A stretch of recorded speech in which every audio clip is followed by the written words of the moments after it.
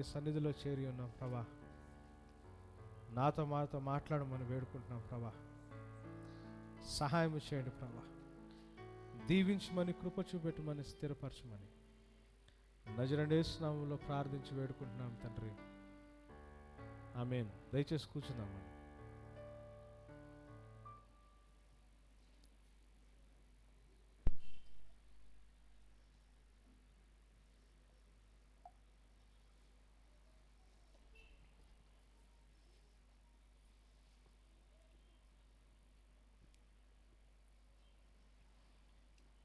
దేవుని దూతలు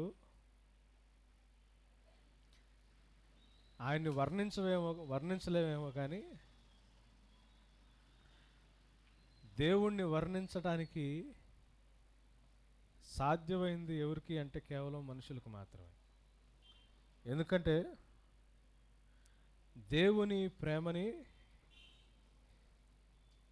ఆయన మనకి చేసిన విమోచన కార్యాన్ని అనుభవించి కేవలం మనం మాత్రమే చీకట్లో నుంచి ఆశ్చర్యకరమైన వెలుగులోకి తీసుకొచ్చిన దేవుని యొక్క గుణాతిశయాల్ని ప్రకటించగలగడానికి సరిపోయిన వాళ్ళం. అవునండి. ఎఫెసీ పత్రిక 3:10 ఏముంటుందంటే, పరలోకంలో ఉన్న ప్రధానులకి, అధికారులకి తన నానా విధమైన జ్ఞానాన్ని దేవుడు ఇప్పుడు తన సంఘము ద్వారా తెలియజేయగోరి అని ఉంటుంది. సృష్టి మొత్తానికి ఆయన ఏంటో వర్ణించడానికి దేవుడు మన జీవితంలో ఆ గొప్ప కార్యాన్ని చేశాడు. అందుకే ఆ ప్రేమను అనుభవించగలం మనం మాత్రమే వర్ణించగలం. దూతలు వర్ణించలేరు, సృష్టి దేవుడిని వర్ణించలేదు. కానీ ఆ విమోచన కార్యాన్ని అనుభవించిన మనం మాత్రమే ఆయన్ని వర్ణించగలుగుతాం. మనకి తప్పితే దేవుడు ఆ పని ఇంకెవరికి అప్పచెప్పలేదు. ఆ పని కాకుండా ఇంకేది చేస్తున్నా మనం న్యాచురల్గా దేవుని యొక్క ఉద్దేశాన్ని మనం మిస్ అయిపోతున్నాం అని అర్థం చేసుకోవాలి. ఓకే, ఫైనల్గా దానియేలు గ్రంథం 2వ అధ్యాయాన్ని ముగిచ్చేసాం. 3వ అధ్యాయంలోకి వచ్చాం. చాలా నెలల తర్వాత కొత్త చాప్టర్లోకి. ఓకే, చదువుతారమ్మా మొదటి వచనం నుంచి. రాజగు నెబుకద్నెజరు బంగారు ప్రతిమ ఒకటి చేయించి బబులోను దేశంలోని దూరాయను మైదానములో దాన్ని నిల్వబెట్టించెను. అది 60 మూరల ఎత్తును 6 మూరల వెడల్పునునై ఉండెను. చాలండి. ఏం చేస్తాడండి రాజుగారు? ఒక పెద్ద బంగారపు విగ్రహం అంట. దాన్ని ఇప్పుడు కొలతల ప్రకారం చూస్తే 125 అడుగుల ఎత్తు, 12.5 అడుగులు వెడల్పు అంటది. ఒక పెద్ద విగ్రహాన్ని చేసి ఆ బబులోన్లో ఒక స్థలంలో దాన్ని పెట్టాడు అని మనకు బైబిల్లో గమనిస్తూ ఉంటాం. విచిత్రం ఏంటంటే, కల్లో విగ్రహం, రాజుగారు ఒరిజినల్గా చేసింది కూడా విగ్రహమే. కల్లో దేవుడు బయలుపరిచాడని చెప్పి దానియేలు చెప్పాడు. దానియేలు చెప్తే నేను మీకు లాస్ట్ 2 వీక్స్ నుంచి అదే చెప్తా ఉన్నా.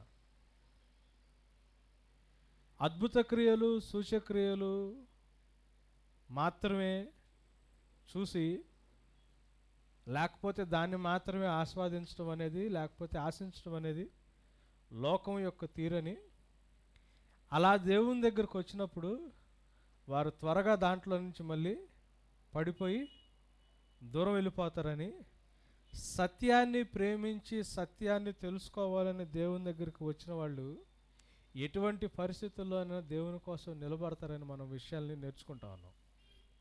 అప్పుడే 2వ అధ్యాయంలో దేవుణ్ణి స్తుతించాడు. ఆయన దేవుడు చేసిన గొప్ప కార్యాన్ని చూశాడు. కళ ఏంటో చెప్పి కళ భావాన్ని సైతం చెప్పగలిగే దేవుని యొక్క బిడ్డను చూశాడు. అది ఎన్ని ఇయర్స్కి? 17-18 సంవత్సరాలకి. అంత చూసి కూడా ఈయన తర్వాత ఏం చేస్తున్నాడు? ఒక విగ్రహాన్ని పెట్టాడు. జనరల్గా దర్శనంలో విగ్రహానికి తల మాత్రమే బంగారం. ఆ తల మాత్రమే బంగారం అయినప్పుడు దానియేలు ఏమని చెప్పాడు?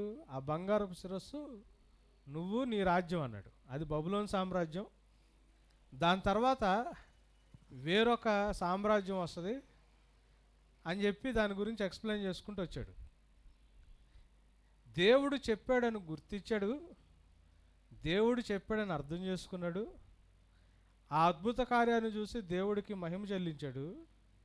కానీ త్వరగా దాంట్లోంచి తప్పిపోయి ఒక విగ్రహాన్ని పెట్టి, ఈ విగ్రహానికి తలొక్కటే కాదు బంగారం, తల నుంచి కాళ్ళ దాకా మొత్తం బంగారంతో చేశాడు. అంటే దాని ఉద్దేశం ఏంటి? దేవుడేమో ఏమని చెప్పాడు? కొంతకాలం నువ్వు పరిపాలన చేస్తావు, దాని తర్వాత వేరేవాడు వస్తాడు. అది దేవుడి చిత్తం కాదు అనుకుని నేనే పరిపాలన చేయాలని, మొదటి నుంచి చివరి దాకా నేనే ఉండాలని తల దగ్గర నుంచి కాలు దాకా బంగారంతో చేసిన విగ్రహాన్ని తీసుకొచ్చి అక్కడ పెట్టాడు. దాని అర్థం అది. అంటే నేను జాగ్రత్తగా పరిపాలన చేసుకుంటే, నా శక్తి మీదో నాకున్న ఎబిలిటీస్ మీద నేను డిపెండ్ అయితే నేను నా రాజ్యాన్ని కాపాడుకోగలుగుతాను చివరిదాకా అని, చివరిదాకా నేను నా ఇంటోళ్ళే పరిపాలన చేయాలని దేవుడు చెప్పిన సత్యానికి వాల్యూ ఇవ్వకుండా తన హృదయంలో ఉన్న కోరికను బయట పెట్టుకుంటా తల నుంచి కాలు దాకా బంగారంతో ఉండే విగ్రహాన్ని తయారు చేసి తీసుకొచ్చి పెట్టాడు అక్కడ. అంటే అర్థం ఏంటి? దేవుని చిత్తం తెలిసి, దేవుని చిత్తం కాదు నేను అనుకున్నది నేను చేయగలుగుతాను అని తన మీద తనకున్న కాన్ఫిడెన్స్, తన మీద తనకున్న కాన్ఫిడెన్స్ ఇది లోకం మనకి నేర్పిస్తుంది, లోకం మన దగ్గర నుంచి ఆశిస్తుంది. Self reliance, self dependence, self confidence, self will అంటారు కదండి. అంటే నాకు ఆ కాన్ఫిడెన్స్, నా కాన్ఫిడెన్స్ నాకు ఉండాలనుకుంటాం. నా కాళ్ళ మీద నేను నిలబడగలగాల, నన్ను నేను పోషించుకోగలిగే స్టేజ్కి రావాలా నేను అని ఉంటుంది. ఈ సెల్ఫ్తో కూడుకున్న ప్రతి ఒక్కటి లోకానుసారమైంది అని మనం గమనించాలి. దేవుని చిత్తానుసారంగా దేవుని మీద ఆనుకుని దేవుని దాసులుగా బ్రతకటం అది దేవుని బిడ్డల లక్షణం. కానీ నాకున్న ఎబిలిటీస్ని బట్టి సెల్ఫ్ కాన్ఫిడెన్స్ తెచ్చుకుని, అంటే నాకు నేనే పోషించుకోగలిగే స్టేజ్లో నాకు నేను బ్రతకడానికి నేను ప్రయత్నం చేయడం, దేవునికి వేరుగా జీవించడానికి ట్రై చేయడం. దేవుడు తన చిత్తాన్ని తెలియజేశాడు. పోనదేమన్నా కల్పించిన కదా కాదు, కలొచ్చింది ఈయనకే, భావం మాత్రం దేవుడు తెలియజేశాడు. పోనీ ఈయన కళ చెప్తే ఆయన ఏమైనా కల్పించుకుని చెప్పాడా అంటే అట్లా చెప్పలా. కళ కూడా ఆయనే చెప్పి దాని భావం కూడా ఆయనే చెప్పాడు. మనకు జనరల్గా నిద్రపోతే వచ్చే కళ్ళని గుర్తుండవు, గుర్తున్న వాటికి అర్థాలు తెలియవు. దేవుడు కళ గుర్తు చేసి కళ యొక్క అర్థాన్ని చెప్పి ఆయన చిత్తాన్ని తెలియజేసిన తర్వాత కూడా మనల్ని మనం ఆయన చిత్తానికి వేరుగా మన సొంత ప్లాన్లు మనం వేస్తున్నాము అంటే అది లోకానుసారమైన పద్ధతి అని మనం గమనించుకోవాల్సిన అవసరం ఉంది. దేవుడు సంఘం ఎలా ఉండాలో, క్రైస్తవులు ఎలా ఉండాలో ఆయన చిత్తాన్ని వాక్యంలో తెలియజేశాడు కదా. మనం కూడా నెబుకద్నెజర్ లాగా వింటాం, దేవుణ్ణి స్తుతిస్తాం, దేవుణ్ణి మహిమపరుస్తాం. విన్న తర్వాత మళ్ళీ మన సొంత ప్లాను, మన సొంత ఆలోచనల నుంచి మన జీవితాన్ని మనం కొనసాగిస్తూ ఉంటాం. దేవుడు అంత క్లియర్గా చెప్పాడు, నీ తర్వాత వేరొక రాజ్యం వస్తుంది. దేవుడు చెప్పాడు, కరెక్టే. కానీ నేను నా ప్లాన్ నేను ఎగ్జిక్యూట్ చేసుకుంటానని చెప్పి ఆయన ఒక బంగారపు విగ్రహాన్ని పెట్టి జనాలందరినీ దానికి నమస్కారం చేయమని, ఆరాధించమని ఒక ఆజ్ఞ చేశాడు. విచిత్రం ఏంటంటే దేవుడు కళ విగ్రహం రూపంలోనే ఎందుకు చూపించాలా? విగ్రహం రూపంలో ఎందుకు చూపించాలి కళ? దానియేలుకి ఇదే కళ 7వ అధ్యాయంలో అలా వచ్చింది, జంతువుల రూపంలో. ఆ నెంబర్స్ అధ్యాయాలయ్యాయి. 7వ అధ్యాయంలో సింహం, ఎలుగుబంటి, చిరుతపులి ఈ కాంబినేషన్లో ఇదే కళని, లేకపోతే ఇదే సత్యాన్ని ఇంకొక రకంగా దానియేలుకు చూపించాడు. నెబుకద్నెజరుకు మాత్రం విగ్రహం రూపంలో చూపించాడు. కారణం ఏంటి తెలుసా అండి? బైబిల్లో మనుషుల్లో ఉన్న బలహీనతని దేవుడు అక్కడ చూపిస్తూ ఉంటాడు. రోమిలకు రాసిన పత్రిక 1వ అధ్యాయము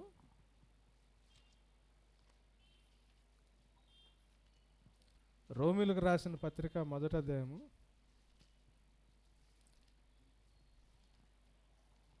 20వ వచనం నుంచి చూడండి. ఆయన అదృశ్య లక్షణములు అనగా ఆయన నిత్యశక్తియు 21 నుంచి చదవండి. మరియు వారు దేవుని నెరిగియు ఆయనను దేవునిగా మహిమపరచలేదు, కృతజ్ఞతాస్తుతులు చెల్లింపను లేదు, కానీ తమ వాదముల యందు వ్యర్థులైరి. వారి అవివేక హృదయం అంధకారమాయను, తాము జ్ఞానులమని చెప్పుకొనుచు బుద్ధిహీనులైరి. వారు అక్షయుడగు దేవుని మహిమను క్షయమగు మనుషుల యొక్కయు, పక్షుల యొక్కయు, చతుష్పాద జంతువుల యొక్కయు, పురుగుల యొక్కయు ప్రతిమా స్వరూపముగా మార్చిరి. ఎట్లాంటి స్వరూపం కింద మార్చారు? ప్రతిమా స్వరూపం కింద మార్చారు. మనుషులు, జంతువులు, పురుగులు, సృష్టిలో దేవుడు సృష్టించిన ఆ సృష్టి యొక్క ప్రతిమలుగా మార్చారు. అది మనుషులు పాపంలోంచి వచ్చిన, అది పాపానికి లక్షణం. అది దేవుడెవరో తెలిసి దేవుడికి ఇవ్వాల్సిన మహిమ దేవుడికి ఇవ్వకుండా వాళ్ళ హృదయాల్లో విగ్రహాలని తయారు చేసుకున్నారు. గమనించండి, విగ్రహం అంటే ఏంటో కాదు. దేవుడు స్థానాన్ని నీ హృదయంలో ఏది ఆక్రమిస్తే అది విగ్రహం.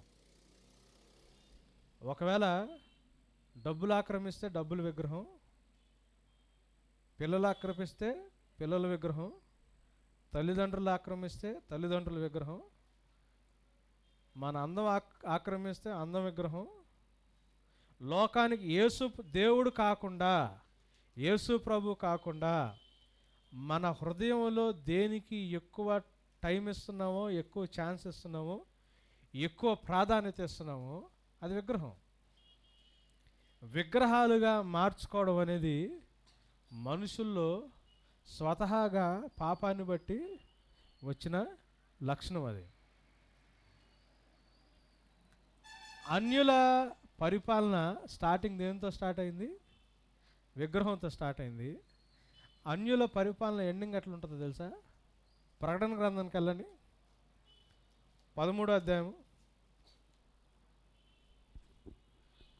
ప్రకటన గ్రంథం 13వ అధ్యాయం 1వ వచనం చదవండి. మరియు 10 కొమ్ములను 7 తలలను గల యొక్క క్రూర మృగము సముద్రములో నుండి పైకి వచ్చుట చూచి తిని. క్రూర మృగము అంది కదండి. ఆ క్రూర మృగం ఏంటి అంటే క్రీస్తు విరోధి, యాంటీ క్రైస్ట్. నేను ఈ 13th chapter clear explanation Daniel 7 వచ్చినప్పుడు చదువుతాం, కానీ దీంట్లో కొన్ని పాయింట్స్ వరకే నేను బయటకు తీసుకుంటున్నాను, మొత్తం ఎక్స్ప్లెయిన్ చేయట్లేదు.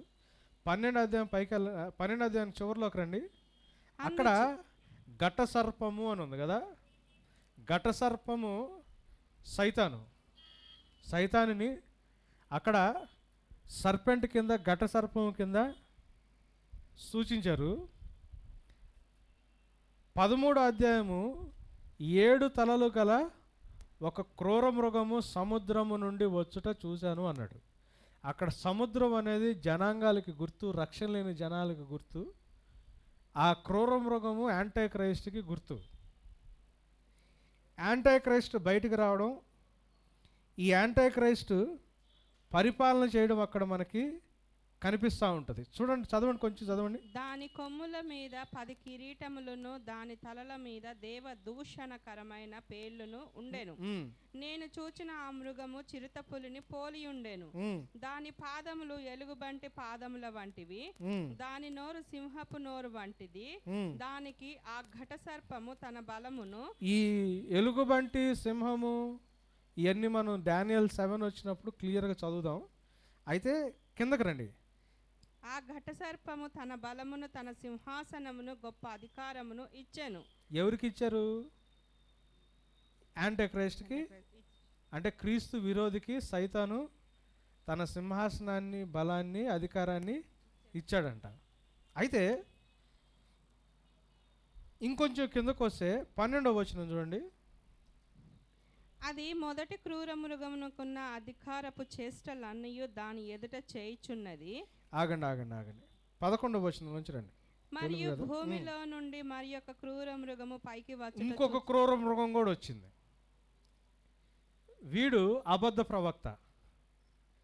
తండ్రి, కుమారుడు, పరిశుద్ధాత్ముడు త్రిత్వం ఎట్లుంటుందో చివరి దినాల్లో సైతాను, యాంటీ క్రైస్ట్, క్రీస్తు విరోధి, ఫాల్స్ ప్రాఫెట్, అబద్ధ ప్రవక్త ఒకడు, ముగ్గురు యొక్క యూనియన్ మనకి కనిపిస్తుంది. మొదటి వచనంలోనేమో యాంటీ క్రైస్ట్ రావడం చూపించాడు. 11వ వచనంలో మరొక క్రూర మృగం అన్నాడు. వీడెవడు? False prophet. చదువమ్మా. ఆ ఘట సర్పము వలె మాట్లాడుచుండెను.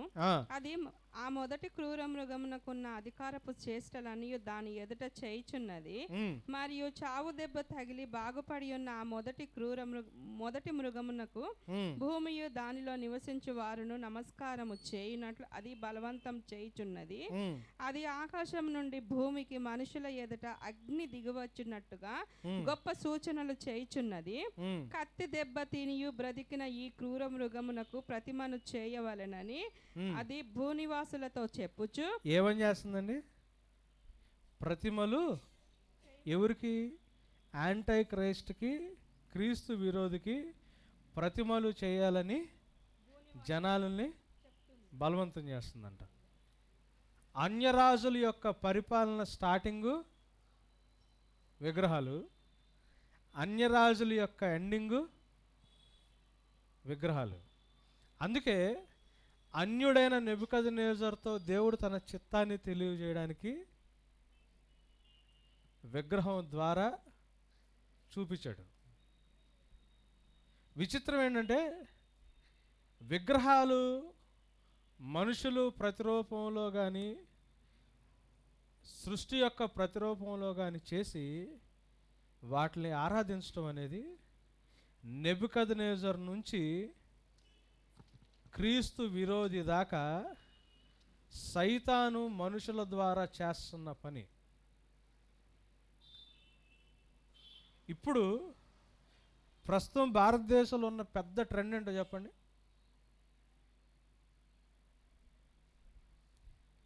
ఏ రోడ్డు మీద చూసినా విగ్రహాలు.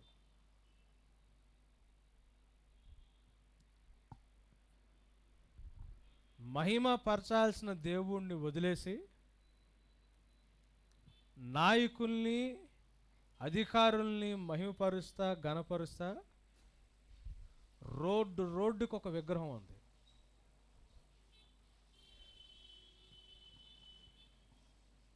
దాని అర్థం ఏంటనుకుంటున్నారు?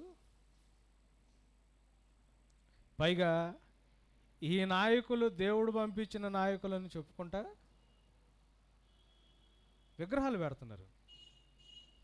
మనుషుల యొక్క విగ్రహాలు మాన్యుమెంట్స్గా మనుషుల్ని ఆరాధిస్తానో గౌరవిస్తానో పెట్టే లక్షణం అన్యజనుల నుంచి స్టార్ట్ అయింది. దేవుడెవరో తెలిసి దేవుడికి ఇవ్వాల్సిన మహిమ దేవునికి ఇవ్వకుండా మనుషుల యొక్క, జంతువుల యొక్క, పురుగుల యొక్క ప్రతిమలకి దేవుని మహిమను ఇచ్చే లక్షణం పాప లక్షణం. క్రైస్తవులు కూడా విగ్రహాలు పెట్టి ఈ విగ్రహాలకి దండలేసి నమస్కారాలు పెట్టే పరిస్థితి. ఏ విగ్రహానికైతే నమస్కారం పెట్టకూడదని షడ్రకు, మేషకు, అబేద్నెగోలు మంటల్లో పడ్డారో, కాలం ఎట్ట అయిపోయిందంటే క్రైస్తవులు, క్రైస్తవ నాయకులు అని చెప్పి విగ్రహాలు తయారు చేసుకుని విగ్రహాలకి దండాలు పెట్టే పరిస్థితిలోకి క్రైస్తవత్వం, దేవుని బిడ్డలు దిగజారిపోయారు. ఇది బైబిల్లో చెప్తున్న సత్యం. అన్యరాజుల ద్వారా పరిపాలన జరుగుతున్నప్పుడు ఈ పరిపాలన స్టార్టింగ్ విగ్రహమే, ఈ పరిపాలన అంతా విగ్రహమే, ఈ పరిపాలన చివర కూడా విగ్రహమే. దేవుని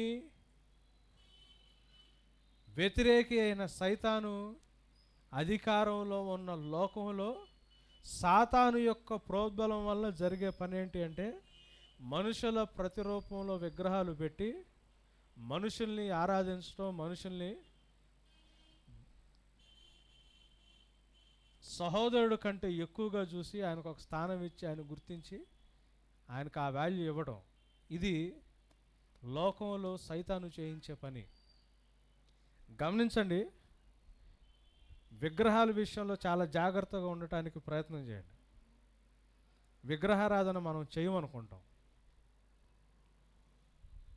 ఏదో ఒక నాయకుడు, ఎవరో ఒక నాయకుడు, ఫైనల్గా ఏం చేస్తాం? విగ్రహారాధన చేస్తాం. క్రైస్తవులు బిడ్డలు అని చెప్పుకునే వాళ్ళు ఎంతమంది చేయట్లేదు విగ్రహారాధన? గుళ్ళకి, గోపురాలకి వెళ్ళి దండం అయితే పెట్టుకోమేమో కానీ రోడ్ల మీద, ఇంట్లో, హృదయంలో ఇలాంటి ప్రతిమలు, ఇలాంటి బొమ్మలు, విగ్రహాలు చాలానే క్రైస్తవుల ఇళ్లలో కనిపిస్తాయి మనకి. సెల్ఫ్ గ్లోరిఫికేషన్ అనేది క్రైస్తవుల్లో కూడా కనిపించే ఒక పెద్ద జబ్బు ఇది. నేను గొప్పవాడుగా ఉండాలి, సెల్ఫ్ గ్లోరిఫికేషన్ అంటారు. నన్ను అందరూ మెచ్చుకోవాలా, అందరిలో నేను ప్రత్యేకంగా ఉండాలా, అందరూ మెప్పు పొందాలా. కాంపిటీషన్ ఏంటంటే లోకంలో మనకు కనిపించేది ఏం చేస్తుంది? కాంపిటీషన్ ఏం చేస్తుంది?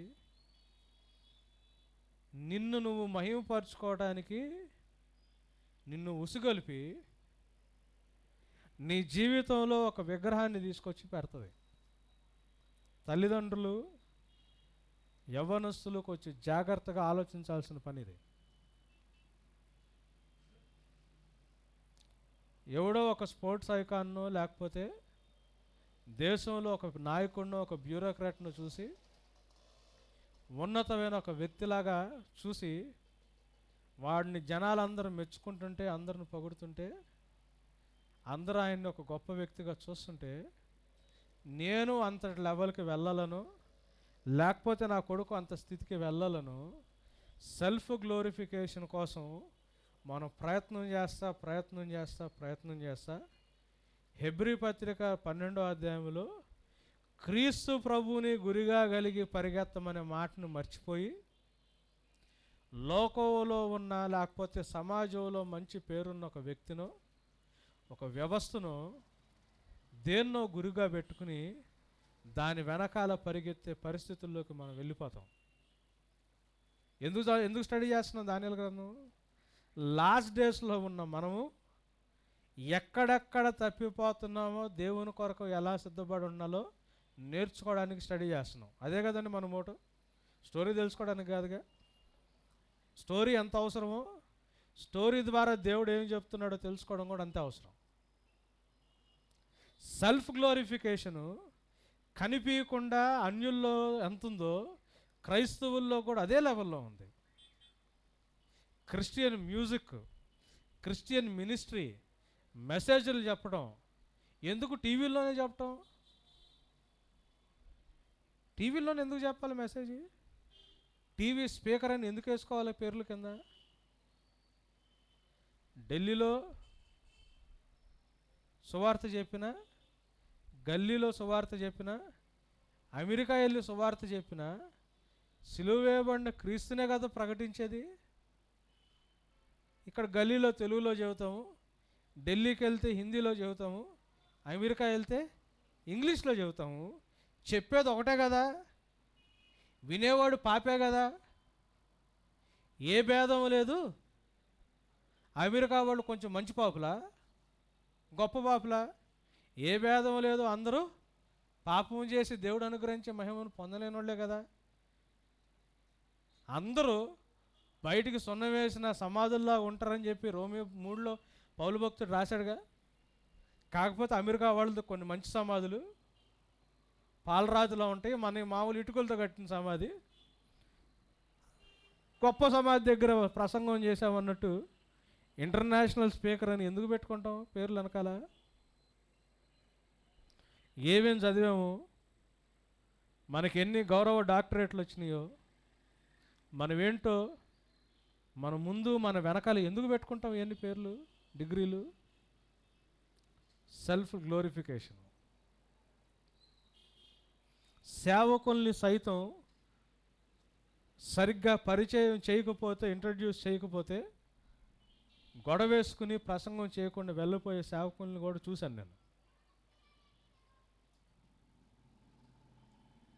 మనకంటూ ఒక పేరు రావాలా, మనకంటూ ఒక స్థానం ఉండాలా, మనమంటూ ఒక లెవెల్కి వెళ్ళాలి అనేది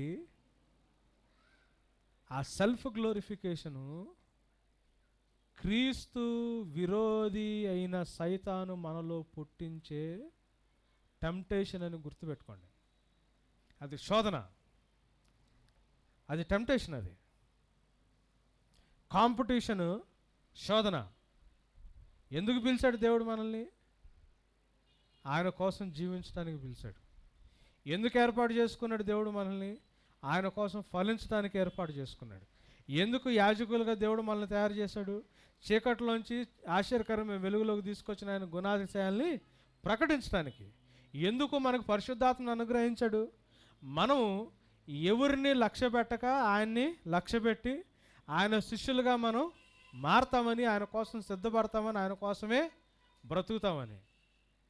కానీ క్రైస్తవులు ఎటు వెళ్తున్నారు? కాంపిటేటివ్నెస్ అనేది, ఈ సక్సెస్ మంత్ర అనేది సైతానుగాడు లోకంలో తీసుకొచ్చిన టెంప్టేషన్. ఇది టెంప్టేషన్.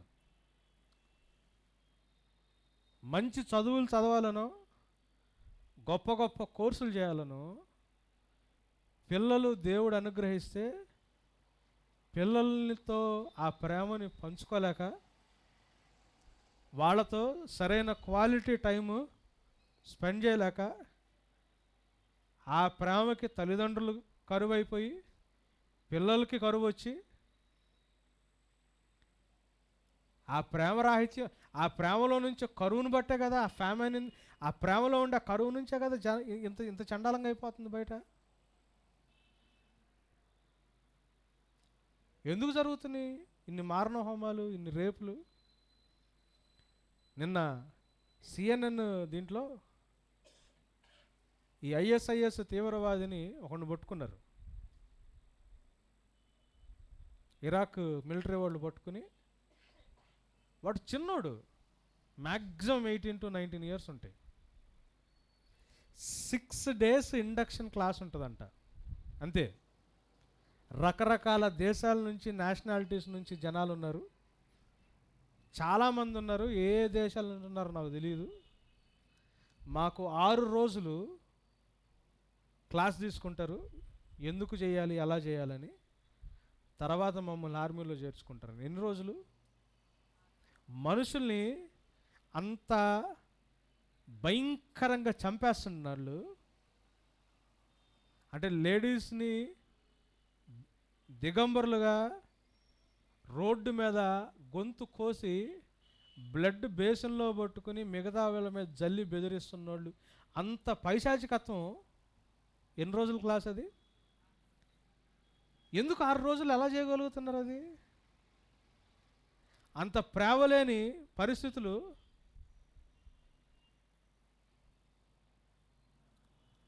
ఆరు సంవత్సరాలు పిల్లల్ని ఎట్లా రేపు చేయగలుగుతున్నారు?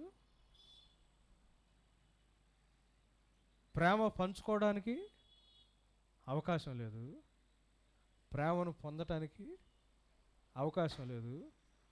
పొద్దున్న లెగిసిన దగ్గర నుంచి రాత్రి నిద్రపోయేదాకా మనం శ్రమపడి కష్టపడి దేనికోసం? ఎవరి కోసం? ఆయన ప్రేమతో మనల్ని ఏర్పరచుకున్నాడని బైబిల్ చెప్తే, ప్రేమను పొందుకుని ప్రేమను పంచిపెట్టే సృష్టిగా మనం ఉండటానికి దేవుడు మనల్ని కోరుకుంటే, కనీసం పిల్లలకి ప్రేమ పంచడానికి టైం లేకుండా అయిపోతుంది. ఆ పిల్లలు కూడా ప్రేమను పొందుకోవడానికి టైం లేకుండా అయిపోతుంది. మనుషుల్లో వాళ్ళ హృదయాల్లో తెలియని అలజడి పెరిగిపోతూ ఉంది. ఆ కరువు వారం రోజులు మంచినీళ్ళు లేని వాళ్ళకి బిస్లరీ వాటర్ బాటిల్ కాదు, ట్యాప్ నీళ్ళు ఇవ్వండి, ఏం చేస్తాడు? ఆత్రంగా తాగుతాడు. వాడికి ప్రేమ దొరక్క లోకాల్లో జనాల మీద వెళ్ళి పడి పైశాచికంగా జనాల్ని చంపేస్తున్నారు.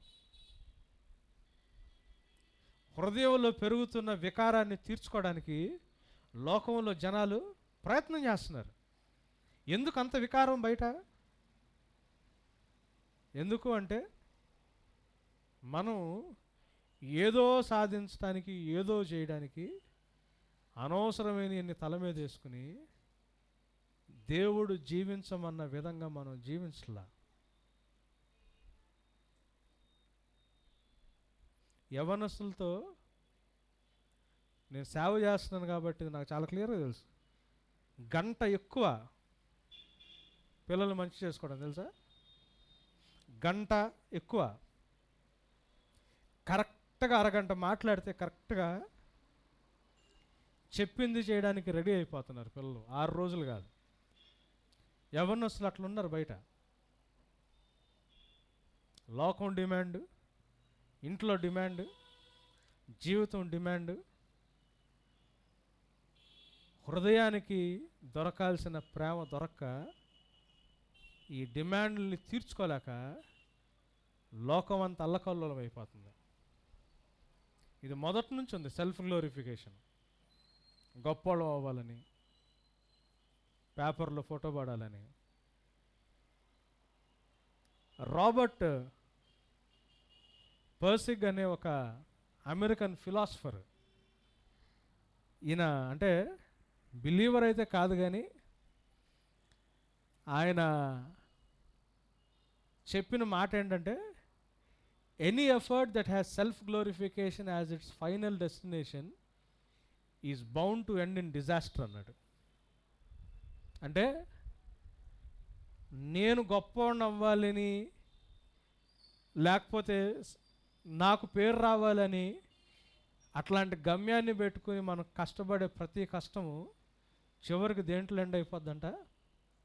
ఒక డిజాస్టర్లో, ఒక భయంకరమైన ఉపద్రవంలో ఎండ్ అయిపోద్దంట. When you try to climb a mountain to prove how big you are, you almost never make it. And even if you do, it is a hollow victory. In order to sustain the victory, you have to prove yourself again and again in some other way, and again and again and again, driven forever to fill a false image, haunted by the fear that the image is not true and someone will find out అని. అంటే నువ్వే గొప్ప పని సాధించడానికి try చేసావు అనుకోండి. Suppose class ఫస్టే వచ్చారు, నెక్స్ట్ ఎగ్జామ్ నుంచి ఏముంటుంది తెలుసా? నేనే ఫస్ట్, నాకంటే ఇంకొకటి లేడు అని ప్రూవ్ చేసుకోవడానికి ఇంకా ఎక్కువ కష్టపడాల్సి వస్తుంది. మీరు గమనించండి, 60 మార్కులు 70 మార్కులు వచ్చాడు కంటే క్లాస్ ఫస్ట్ వచ్చేవాడు ఎక్కువ చదువుతాడు. ఎందుకు తెలుసా? చదువు మీద ఉన్న ప్యాషన్తో కాదు, ఆ ప్లేస్ని మెయింటైన్ చేసుకోవడం. ఏదన్నా ఒక స్థానాన్ని సంపాదించి రికార్డు కొట్టారనుకోండి, నెక్స్ట్ రోజు నుంచి ఏమవుతుంది తెలుసా? ఏమవుతుంది?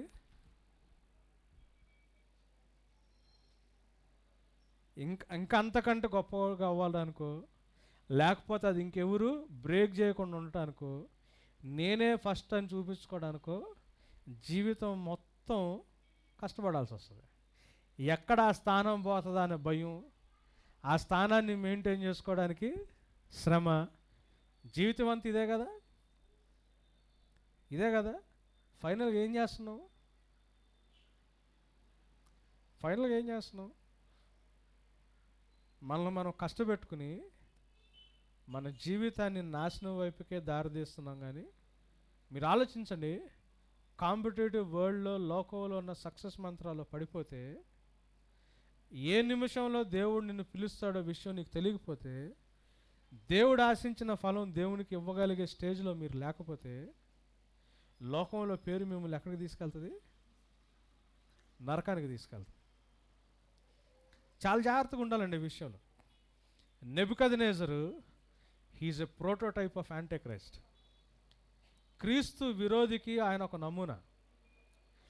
ఎవరెవరైతే నాకంటూ ఒక స్థానం ఉండాలి, నాకంటూ ఒక ప్లేస్ ఉండాలా, జనాలు నన్ను గుర్తించాలా, అందరిలో నేను స్పెషల్గా ఉండాలా అన్న ఫీలింగ్ ఉంటుందో, క్రీస్తు విరోధిగా మనం జీవిస్తున్నామని, క్రీస్తు విరోధికి మనం నమూనాలవని గుర్తుపెట్టుకోవాలి. చూడండి, మొట్టమొదటి నుంచి ఇదే ప్రాబ్లం. సైతాన్ గాడు పడిపోయింది కూడా ఇదే కారణం. యెహెజ్కేలు గ్రంథం 28వ అధ్యాయం 17వ వచనం. యెహెజ్కేలు 28:17. నీ సౌందర్యంను చూచుకొని నీవు గర్వించిన వాడవై నీ తేజస్సు చూసుకొని నీ జ్ఞానమును చెరుపుకొంటివి. కావున నేను నిన్ను నేలను పడవేసేదను, రాజులు చూచుచుండగా నిన్ను హేళనకు అప్పగించేదను. వాడు చూసుకుని గర్వపడ్డాడంట. మిమ్మల్ని మీరు చూసుకుని ఎప్పుడన్నా గర్వపడ్డారా? మీకు సంబంధించిన మీ పిల్లలు చూసి ఎప్పుడన్నా గర్వపడ్డారా? ఇది ఎక్కడి నుంచో మొదలవలా, ఎక్కడి నుంచి మొదలైంది? దేవుడు సృష్టించిన సృష్టి మొత్తంలో అందరికంటే జ్ఞానవంతుడు అయిన లూసిఫరు పడిపోవడానికి కారణం, వాడు చూసుకుని, అందం ఎవరిచ్చారు? దేవుడిచ్చాడు. జ్ఞానం ఎవరిచ్చారు? దేవుడిచ్చాడు. ప్రభా, ఇంత గొప్పగా నువ్వు చేయగలవా అని దేవుణ్ణి మహిమపరిచే కంటే, చిన్నప్పుడు మా నాన్న అద్దం ముందు 5 నిమిషాలు కంటే ఎక్కువ ఉంటే కొట్టేవాడు. వచ్చి లిటరల్గా కొట్టేస్తాడు. ఇక ఏం చెప్పడు, చాలా గట్టిగా పడిపోద్ది వెనక నుంచి. 5 మినిట్స్ కంటే ఎక్కువ అద్దం ముందు ఉండకూడదు, అద్దాన్ని ఎక్కువసేపు చూడకూడదు. నాకు అర్థం కాలే అప్పుడు ఎందుకు. 5 నిమిషాల కంటే ఎక్కువ ఉంటే కొట్టేస్తాడు వచ్చి. ఎంతసేపు, ఎంతవరకు అవసరం అంతవరకు చూడు, పక్కకు రాని. మరి ఆయనకి అది తెలుసు చేశాడో తెలియజేశాడో నాకు తెలియదు. కానీ మనల్ని మనం చూసుకుని చూసుకుని చూసుకుని చూసుకుని రకరకాలుగా మనల్ని మనం విపరీతంగా ప్రేమించేసుకుని, ఈసారి ఇటు కొంచెం లావయ్యాను, ఇటు పక్క కొంచెం తగ్గాను అని మనల్ని మనం ఆనందపడిపోతా, లేకపోతే మనల్ని మనం బాధపడిపోతా, మనల్ని మనం సరి చేసుకోవడానికి ప్రయత్నం చేస్తూ ఉంటాం. ఎవరిని మిస్ అవుతాం? దేవుడిని మిస్ అవుతాం. వాడు చూసుకుని గర్వపడ్డాడంట. కొన్నిసార్లు నాకు తెలిసి దేవుడు అందుకే మనం అడిగిని అని ఇవ్వడేమో. మనల్ని మనం చూసుకుని ఆహా ఓహో అనుకుంటే లూసిఫర్ వెనకాయ మనం కూడా పరిగెత్తే స్థితిలోకి వెళ్ళిపోతామని దేవుడు కొన్నిసార్లు, నేను చాలామందిని చూసా, బ్రదర్ వాళ్ళు పెద్ద ప్రేయర్ చేయరు, ఏం చేయరు, వాళ్ళ పిల్లలు చూడండి ఏ స్టేజ్లో ఉన్నారు, మావాడు చూడండి ఏ స్టేజ్లో ఉన్నాడంటే దేవుడే కట్ చేసి పెడతాడేమో మంచి కోసం. మనకు కొన్నిసార్లు మన అవసరతలు ఏంటో కూడా మనకు తెలియదు, ఆయనకు తెలుసు. మనం ఆయన్ని తిట్టుకున్నా, మనం ఆయన ఏది దేవుడు చేయట్లేదని చెప్పి దేవుడినే డౌట్ చేసినా, ఆయన మనకి మేలు జరిగేదే చేస్తాడు. కానీ తను ప్రేమించిన వారిని బట్టి సమస్తము సమకూరి జరుగుతున్నాయి. అది మనకు అర్థం కాదు. ఏమైపోయింది? వాడి వైపు వాడు ఎప్పుడైతే చూసుకోవడం మొదలుపెట్టాడో తన పరిశుద్ధ స్థలాన్ని చెరుపుకున్నాడు. అది రిజల్ట్. అంటే దేవుడు లూసిఫర్కి ఇచ్చిన పరిశుద్ధ స్థలాన్ని ఏం చేశాడు? చెరిపేసుకున్నాడు. కారణం ఏంటి?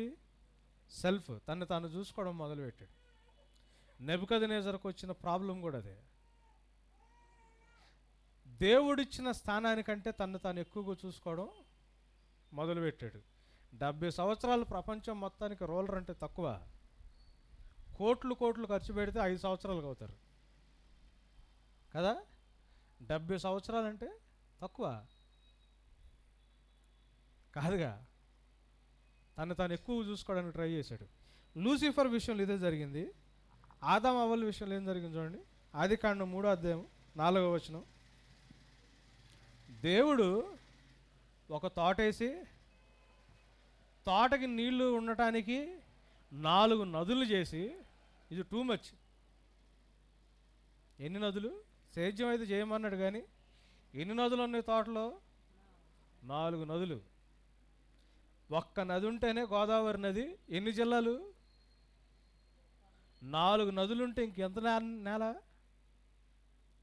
కావలసిన ఎన్ని తీసుకొచ్చి పెట్టి ఈయన రోజు వాళ్ళతో పాటు టైం స్పెండ్ చేసి, వీడు దేనికి ఏ పేరు పెడితే ఆ పేరు దేవుడు ఫైనలైజ్ చేసి అంత మంచి ప్లేస్ ఇస్తే సైతాన్ వచ్చి ఆదాము అవ్వల దగ్గర చెప్పిన మాట చూడండి. అవ్వ దగ్గర, అందుకు సర్పము, మీరు చావనే చావరు, ఏలయనగా మీరు వాటిని తిను దినమున మీ కన్నులు తెరవబడుననియు మీరు మంచి చెడ్డలను ఎరిగిన వారై దేవతల వలె ఉందురనియు దేవునికి తెలియనని స్త్రీతో చెప్పగా, ఎక్కడికో వెళ్ళిపోతారని చెప్పింది.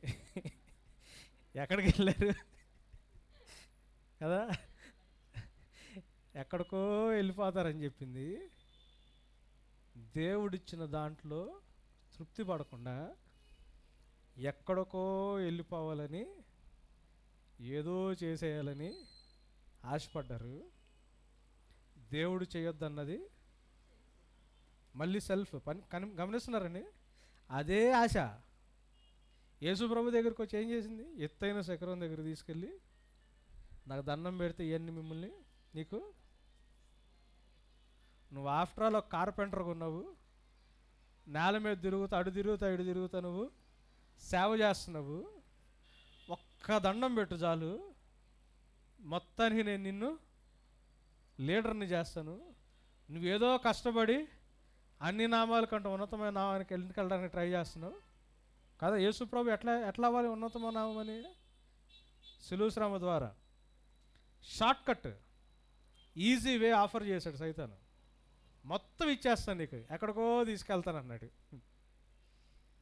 నేను ఎక్కడికో నువ్వు చెప్పిన విధానంలో రాను అని ఆ ఆఫర్ని తిరస్కరించినాడు యేసు ప్రభు ఒక్కడే. మనకి ఇదే ఆఫర్. ఎక్కడికో వెళ్ళిపోతాం అది చేస్తే అనుకుంటాం. దేవుడిచ్చిన దాంట్లో ఉండటానికి ప్రయత్నం చేయం. ఏమైంది చూడండి రిజల్ట్. 23వ వచనం.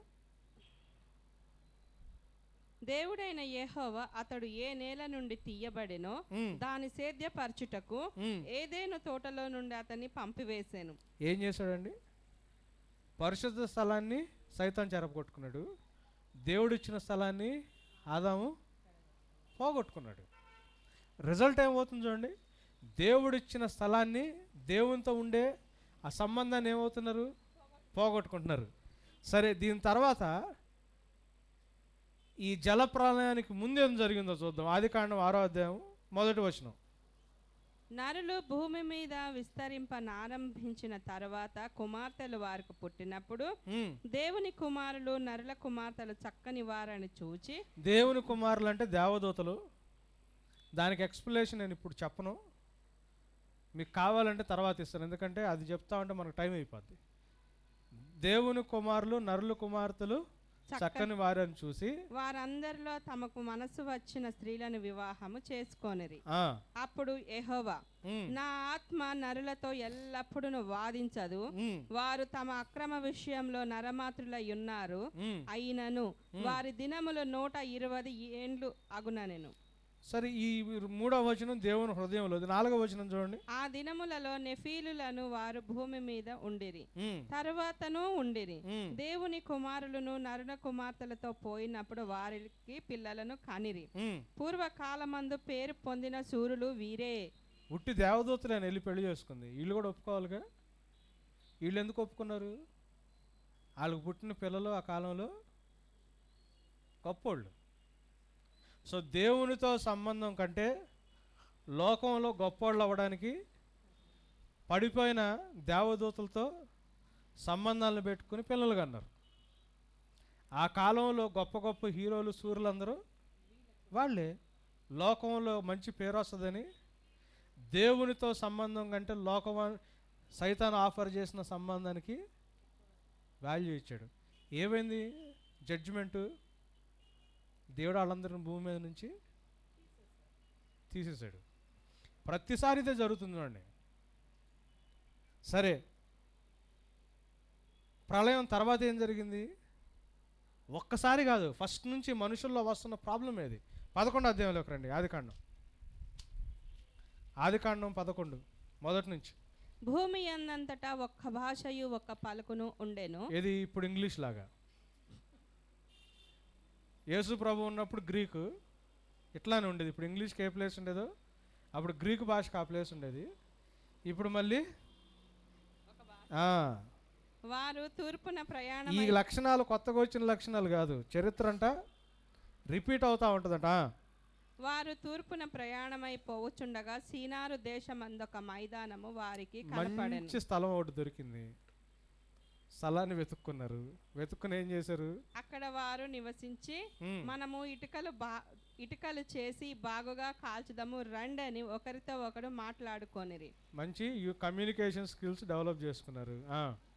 రాళ్లకు ప్రతిగా ఇటుకలను, అడుసుకు ప్రతిగా మట్టి కీలును టెక్నాలజీ డెవలప్ చేసుకుంటున్నారు. ఏ లక్షణాలు ఇప్పుడు కూడా టెక్నాలజీ డెవలప్ చేసుకుంటా, మంచి స్థలాన్ని వెతుక్కుంటా, కొంతమంది అమెరికా వెతుక్కుంటే, కొంతమంది హైదరాబాద్ వెతుక్కుంటే, కొంతమంది బెంగళూరు వెతుక్కుంటే, ఎక్కడ సెటిల్ అయితే మనకి ప్రశాంతంగా ఉంటుంది.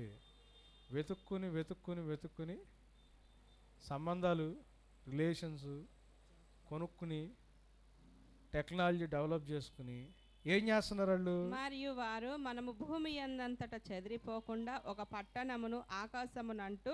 మనం ఎవరు నుంచి చెదిరిపోకుండా మా నాన్న ఫోన్ చేస్తాడు, రే తమ్ముడు వాళ్ళకి కాల్ చేసావా, కలుస్తున్నారా, మీరే అందరు ఒకే చోట. దేవుడు పంపించిన స్థలానికి వెళ్ళాలి కదా, అదే కదా పాయింట్. లేకపోతే అందరూ చెదిరిపోకుండా కలిసి ఒకే చోట ఆనందంగా ఉండాలా? అది పాయింట్ కాదుగా. మనం భూలోకం అంతటా చెదిరిపోకుండా, చదవండమ్మా. ఒక పట్టణమును ఆకాశమునంటూ శిఖరము గల ఒక గోపురమును కట్టుకొని, గేటెడ్ కమ్యూనిటీ లాగా కట్టుకుని పేరు సంపాదించుకుందాము రండని, మనకంటూ ఒక పేరు సంపాదించుకుందామని ఇల్లు అనుకుంటున్నారంట.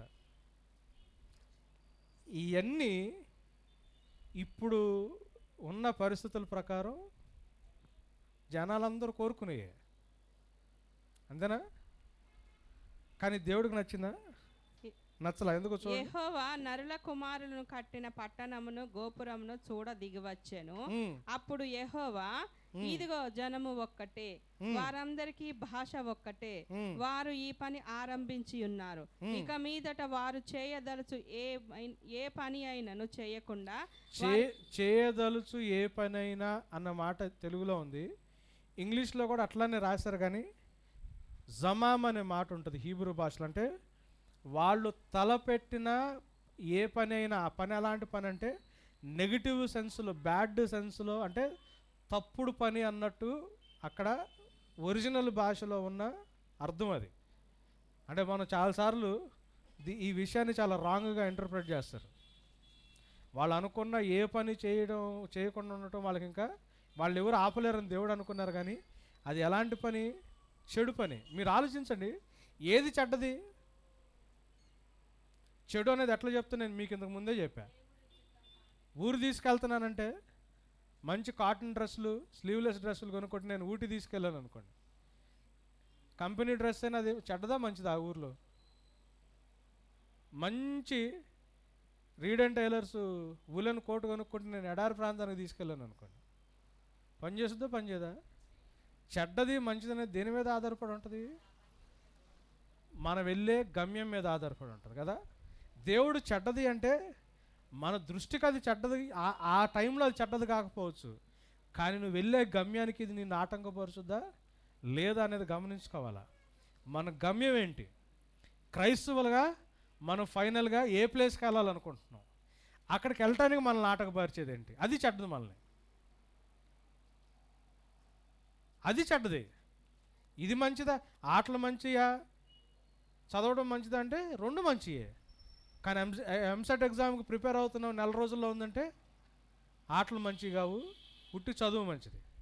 ఒలింపిక్స్ ఫైనల్ కాంపిటీషన్లో ఉన్నాము, 4 రోజుల్లో ఒలింపిక్స్ ఉన్నాయి అంటే గ్రౌండ్కి వెళ్ళి ప్రిపేర్ అవ్వకుండా ఏదో పుస్తకం చదువుకోవడం మంచిది కాదు. గమ్యాన్ని బట్టి కదా. సో మనుషులు తలపెట్టిన కీడుని చేయకుండా ఉన్నట్లు వాళ్ళు ఆపేవాళ్ళు ఎవరు లేరని దేవుడే చేంజ్ చేస్తాడంటే వాళ్ళ భాషల్లో కన్ఫ్యూజన్ తీసుకొచ్చి మనుషుల్ని చెదరగొట్టేశాడు. మళ్ళీ ఏమైంది? ఉన్న ప్లేస్ నుంచి వాళ్ళు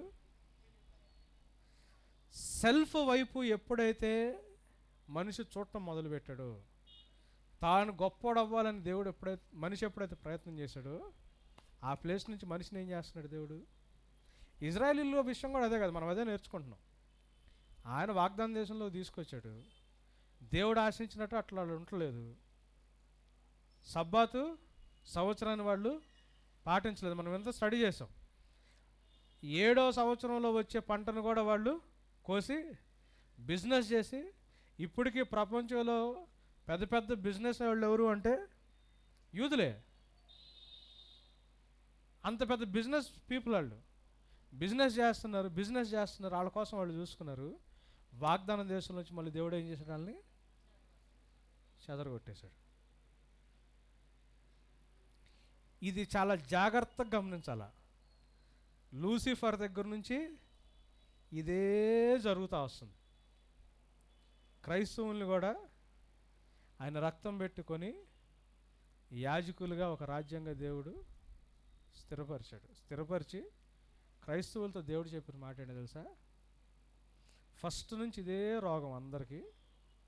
ఎవడు గొప్ప ఆడు పోవడానికి, ఎవడు డబ్బా ఆడు కొట్టుకోవడానికి, ఎవడు కాలరాడు ఎగరేసుకోవడానికి, అందరిలో గొప్పోళ్ళుగా, పేరున్నోళ్ళుగా, మంచోళ్ళుగా, లేకపోతే ప్రత్యేకించబడిన వాళ్ళుగా కనబడటానికి ప్రయత్నం చేసి ప్రతి ఒక్కడు నా నుంచి తప్పిపోయిన వాళ్ళు నేను మిమ్మల్ని వెతికాను, నా సిలువ రక్తం ఇచ్చి మిమ్మల్ని కొనుక్కుని మిమ్మల్ని ఒక సంఘంగా చేశాను, మీరు నన్ను వెంబడించండి. వెంబడించాలంటే ఏం చేయమన్నాడు? మత్తయి 16:24 ఏమన్నాడండి?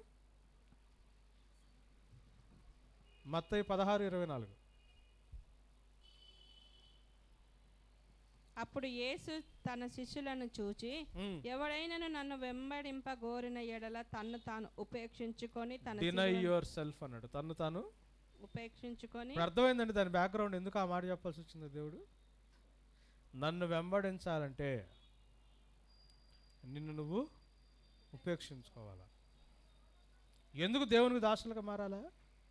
ఇది రీజన్. మొదటి నుంచి దేవుళ్ళలో నుంచి పడిపోవడానికి కారణం ఏంటంటే, మనం దేవుడు చేసిన సృష్టి కాబట్టి ఏదో ఒక ఏరియాలో ఏదో ఒక యాంగిల్లో మనం స్పెషల్, మనం చాలా బాగుంటాం. అది న్యాచురల్. మనం సృష్టించిన వాళ్ళు ఎవరు? దేవుడు. కాబట్టి ఆయనలో ఉన్న గొప్పదనాన్ని బట్టి మనకు ఎక్కడో చోట ఏదో ఒక ప్రత్యేకత. దాని గొప్పదనం ఎవరిది? దేవుడిది, నాది కాదు. అది మోసం అవుతుంది. ప్రతి ఒక్కళ్ళలో కొంతమంది చూడటానికి చక్కగా ఉంటే, కొంతమందికి మంచిగా పాట పాడితే, కొంతమందికి మంచి మ్యూజిక్ పర్సెప్షన్ ఉంటే, కొంతమంది బాగా చదవగలిగితే, కొంతమంది బాగా ఆడగలిగితే, మనం ఎవడినో ఒకడిని పట్టుకుని వాళ్ళు దేవుడిలాగా వాళ్ళని మార్చేసి, ప్రతి ఒక్కళ్ళు ఏదో ఒక బ్యూటీ ఉంటుంది. ఎందుకు? నిన్ను చేసింది ఎవరు? దేవుడు. పాపుల్నే దేవుడు పట్టుకుని నీతిమంతులుగా చేయగలిగితే, నిన్ను నన్ను సృష్టించినప్పుడు నీలో నాలో దేవుడు ఏదో ఒక స్పెషాలిటీ పెడతాడు కదా. ఆ స్పెషాలిటీ ఎవరిది? దేవుడిది. ఎవరి కోసం? దేవుని కోసం. సో దేవుడిది దేవుని కోసం అని నేను గుర్తించకుండా నాకేదో ఉందని నేను ఫీల్ అయ్యాను అనుకోండి, నేను ఎవరికి దూరం అయిపోతాను? సో దేవుడు ఏమన్నాడు తెలుసా? నన్ను వెంబడించాలనుకుంటే మీలో ప్రతి ఒక్కళ్ళు ఏదో ఒక ప్రత్యేకత ఉంటుంది. ఏదో ఒక దాంట్లో దేవుడు మీకు ఇచ్చే తలాంత ఉంటుంది. దేవుడు మీకు ఇచ్చిన విశ్వాస పరిమాణం కంటే ఎక్కువగా మిమ్మల్ని మీరు ఎవ్వరం కూడా. ఒకవేళ నేను వాక్యం చెప్పగలుగుతుంటే ఎవరికి మహిమ? దేవుడికి. ఆయన పని కావాలి కాబట్టి, ఆయన అవసరం కాబట్టి దేవుడు నన్ను వాడుకుంటున్నాడు. అంతే. ఒక్కొక్కళ్ళు ఒక్కొక్క ప్రత్యేకత ఉంటుంది. నేను బాగా వాక్యం చెప్పగలుగుతున్నాను కదా, నేను కాలు రగరేస్తే దేవుడు నా ఉన్న స్థలంలోంచి నన్ను ఏం చేస్తాడు? చెదరగొట్టేస్తాడు, తీసేస్తాడు. మీరున్న స్థానంలోంచి దేవుడు మిమ్మల్ని చెదరగొట్టి తీసేస్తాడు. ఇది చాలా జాగ్రత్తగా గమనించుకోవాలండి. ఫ్యూచర్లో నెబుకద్నెజర్కి ఏం జరిగిందో కూడా మనం చూస్తాం. అంత పెద్ద పరిపాలన చేసిన ఆయన. సెల్ఫ్. దేవుడు ఏమన్నాడు తెలుసా? నన్ను వెంబడించాలనుకున్నావా? నిన్ను ఉపేక్షించుకోండి. నీకు జుట్టు బాగా ఉంటే జుట్టు లేని వాళ్ళు చూసి ఎగతాళి చేయొద్దు. నీకేదో ఉందని నువ్వు ఫీల్ అవ్వద్దు. నువ్వు తెల్లగా ఉంటే నల్లగా ఉన్న వాళ్ళు చూసి ఎగతాళి చేయొద్దు. నీకేదో ఉందని ఫీల్ అవ్వద్దు. నువ్వు అందంగా ఉంటే లావుగా ఉన్న వాళ్ళు చూసి ఎగతాళి చేయొద్దు.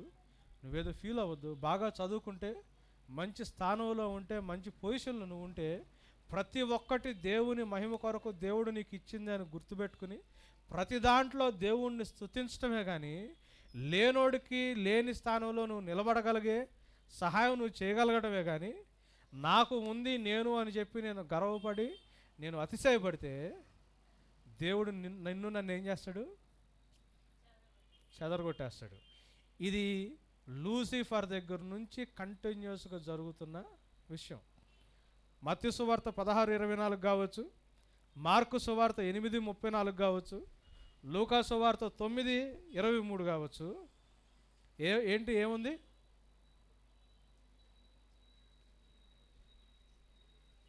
నన్ను వెంబడించాలనుకుంటే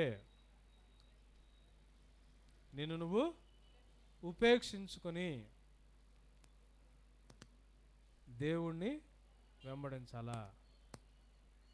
నా అంతట నేను ఏదన్నా నేను అన్న ఫీలింగ్ వచ్చింది అంటే మిస్ అవుతాం. చివరి దినాలు ఇదే కనిపిస్తుంది. 2 తిమోతి 4:1-5 దాకా చూడండి. 2-3 వచనాలు ఉన్నాయండి, నేను క్లోజ్ చేస్తాను.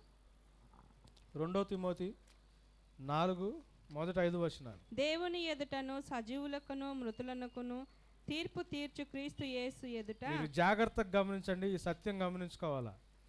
యేసు ప్రభు మొదటిసారి కాపరికి వచ్చాడు కానీ రెండోసారి సజీవులకు మృతులకు తీర్పు తీర్చడానికి రాబోతున్నాడు. So next time when you face Jesus, ఆయన దయామయుడుగానో కృపామయుడుగానో కరుణామయుడుగానో మీకు నాకు కనబడబోట్లా. ఎట్లా కనబడబోతున్నాడు? సజీవులకు చచ్చిపోతే లేపి తీర్పు తీరుస్తాడు ఆయన, వదిలిపెట్టడం. సజీవులకు మృతులకు తీర్పు తీర్చడానికిగా మనకు కనిపిస్తున్నా. ఆయన ప్రత్యక్షత తోడు, ఆయన రాజ్యము తోడు నేను ఆనబెట్టి చెప్తున్నాడట. వాక్యము ప్రకటించుము, సమయమందును అసమయమందును ప్రయాసపడుము. వాక్యాన్ని ప్రకటించాలా? ఎవరెవరు? రక్షణలోకి వచ్చిన ప్రతి ఒక్క బిడ్డ వాక్యాన్ని సమయములో అసమయములో దేవుని కొరకు సిద్ధపడి ప్రకటిస్తా ఉండాలా. చదవండి అమ్మా. సంపూర్ణమైన దీర్ఘ శాంతముతో ఉపదేశించుచు ఖండించుము, గద్దించుము, బుద్ధి చెప్పుము. ఎందుకనగా ఖండించమన్నాడు, గద్దించమన్నాడు, బుద్ధి చెప్పమంటున్నాడా? ఎందుకనగా జనులు హితబోధను సహింపక దురద చెవులు గలవారే. లాస్ట్ డేస్లో ఎట్లా తయారవుతారంట? అసలుది కాకుండా వాక్యాన్ని కూడా వ్యక్తిగతంగా మనం గొప్పవాళ్ళు అవడానికో, మనకు డబ్బులు రావడానికో, మంచి స్థానానికి వెళ్ళటానికో, ఈ కాంపిటేటివ్ వరల్డ్లో సక్సెస్ మంత్రాన్ని సంపాదించుకోవడానికి వాక్యాన్ని వాడుకునే లెవెల్లోకి వెళ్తారు. మనుషులంతా దురద చెవులు గలవారై తమ స్వకీయ దురాశలకు అనుకూలమైన బోధకులను తమ కొరకు పోగు చేసుకొని సత్యంనకు చెవినీయక కల్పనా కథల వైపు తిరుగు. ఇట్లాంటి వాళ్ళు చివరి దినాల్లోకి వస్తున్నారు. సత్యానికి చోటు ఉండదు. ఏదో కథలు చెప్పి వాళ్ళ స్వకీయ దురాశలు తీరేటట్టు వాక్యం చెప్పే సేవకుల్ని అట్లనే ఉన్నాడు సంఘాల్లో. పాస్టర్ గారు సంఘస్థుల మెహర్బానీ మీద ఆధారపడి ఉంటాడు. కమిటీ వాళ్ళు సంఘస్థులు నచ్చకపోతే పాస్టర్ని తీసేస్తారు, కమాండ్ చేస్తారు, డిమాండ్ చేస్తారు. దురద చెవులు గలవారై స్వకీయ దురాశలను బట్టి బోధించే వాళ్ళని పోగేసుకుంటారంట.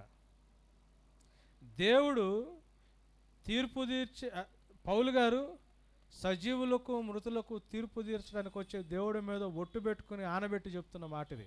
నువ్వు జాగ్రత్త అంటున్నాడు. ఇట్లాంటి వాళ్ళు ఉంటారు చివరి దినాల్లో. నువ్వు జాగ్రత్త అంటారు. ఇట్లా జరుగుతాయి చర్చెస్లో. సంఘానికి కమిటీలకి నచ్చకపోతే పాస్టర్ గాన్ తీసేస్తారు. ఆయన తీసేది లేకపోతే చర్చి మారిపోతారు. స్వకీయ దురాశలు తీర్చే బోధ చెప్పేవాళ్ళు మాత్రమే యాక్సెప్ట్ చేస్తారు. ఇట్లాంటి వాళ్ళ విషయంలో జాగ్రత్త అంటున్నాడు. అయితే నీవు అన్ని విషయములలో మితముగా ఉండుము. ఎట్లా ఉండాలి? మితముగా ఉండాలి. శ్రమపడుము. ఏం చేయాలి? సుఖపడటం కాదు, శ్రమ పడాలా.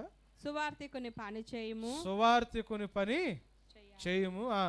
నీ పరిచర్యను సంపూర్ణముగా జరిగించుము. నీ పరిచర్యను సంపూర్ణముగా జరిగించమంటున్నాడు. ఇది కమాండ్. అది కాకుండా పేరు తెచ్చుకోవడానికో మనకంటూ ఒక పేరు ఉండాలనో మనం ప్రయత్నం చేస్తే ఏమవుతుందండి? దీనికి తీర్పు ఏంటి? లాస్ట్ డేస్లో 2 తెస్సలోనికీయులు 2వ అధ్యాయం, ఇది నేను ఆల్రెడీ ఒకసారి చెప్పాను, మనం చదివి దీంట్లోకి ముగిచేద్దాం. 2 తెస్సలోనికన్స్ 2వ చాప్టర్ 9 నుంచి 12 వచనాలు. సత్యాన్ని మనం ప్రేమించకుండా మనకిష్టమైన దాని అమ్మటే వెళ్ళటానికి బోధకుల్ని మనం రెడీ చేసుకుంటే ఏమవుద్ది? నశించుచున్న వారు తాము రక్షింపబడుటకై సత్య విషయమైన ప్రేమను అవలంబింపకపోయారు గనుక వాని రాక అబద్ధ విషయమైన సమస్త బలముతోను నానా విధములైన సూచక క్రియలతోను మహత్ కార్యములతోను దుర్నీతిని పుట్టించు సమస్త మోసముతోను నశించుచున్న వారిలో సాతాను కనపరచు బలమును అనుసరించి యుండును. ఇందుచేత సత్యమును నమ్మక దుర్నీతి యందు అభిలాష గలవారందరూ, సత్యాన్ని నమ్మక దుర్నీతి నందు అభిలాష అంటే దేవుడు ఏం చేస్తాడు? వారందరూ శిక్షావిధి పొందుటకై, వాళ్ళందరూ శిక్షావిధి పొందుటకై అబద్ధమును నమ్మునట్లు మోసము చేయ శక్తిని దేవుడు వారికి పంపుచున్నాడు. మోసము చేయ శక్తిని దేవుడే వాళ్ళకి మోసపోతారు. సూచక్రియలు, అబద్ధపు క్రియలు, అద్భుతాలు, సూచక్రియలు దేవుడే మోసం చేసే. ఇట్లాంటి వాళ్ళు ఎత్తుక్కుంటుంటే ఇట్లా ఎతికే వాళ్ళు తప్పుడు వాళ్ళని పంపించేది కూడా దేవుడే మోసం చేయడానికి. గమనించండి, దేవుని సత్యాన్ని మనం లక్ష్య పెట్టకుండా నేను గొప్పవాడిని అవ్వాలని నేను ప్రయత్నం చేస్తా, నాకు ఇష్టమైంది నాకు నచ్చిన వాళ్ళని నేను వెతుక్కుంటే దేవుడే మోసాన్ని పంపించి ఇంతకు ముందున్న వాళ్ళని ఎట్లయితే దేవుడు చెదరగొట్టాడో క్రైస్తవుల్ని కూడా చెదరగొడుతున్నాడు. మనం కూడా అదే డేంజర్లోకి పడిపోతాం. తన్ను తాను ఉపేక్షించుకోవాలి. సెల్ఫ్ గ్లోరిఫికేషను చాలా డేంజర్. దేవుని శరీరాన్ని తినబోతున్నాం, దేవుని రక్తాన్ని త్రాగబోతున్నాం. ఒకసారి కళ్ళు మూసుకొని మళ్ళీ మనం పరీక్షించుకుందాం. రక్షణ పొందినవారు, రక్షణ అనుభవం కలిగిన వారు ఈ కమ్యూనియన్లో పాలు పంచుకోవాలని కోరుకుంటా ఉన్నాను. సరైన వివేచన లేకుండా పాలు పంచుకుంటే శిక్షకు పాత్రలవుతారని వాక్యం సెలవిస్తూ ఉంది.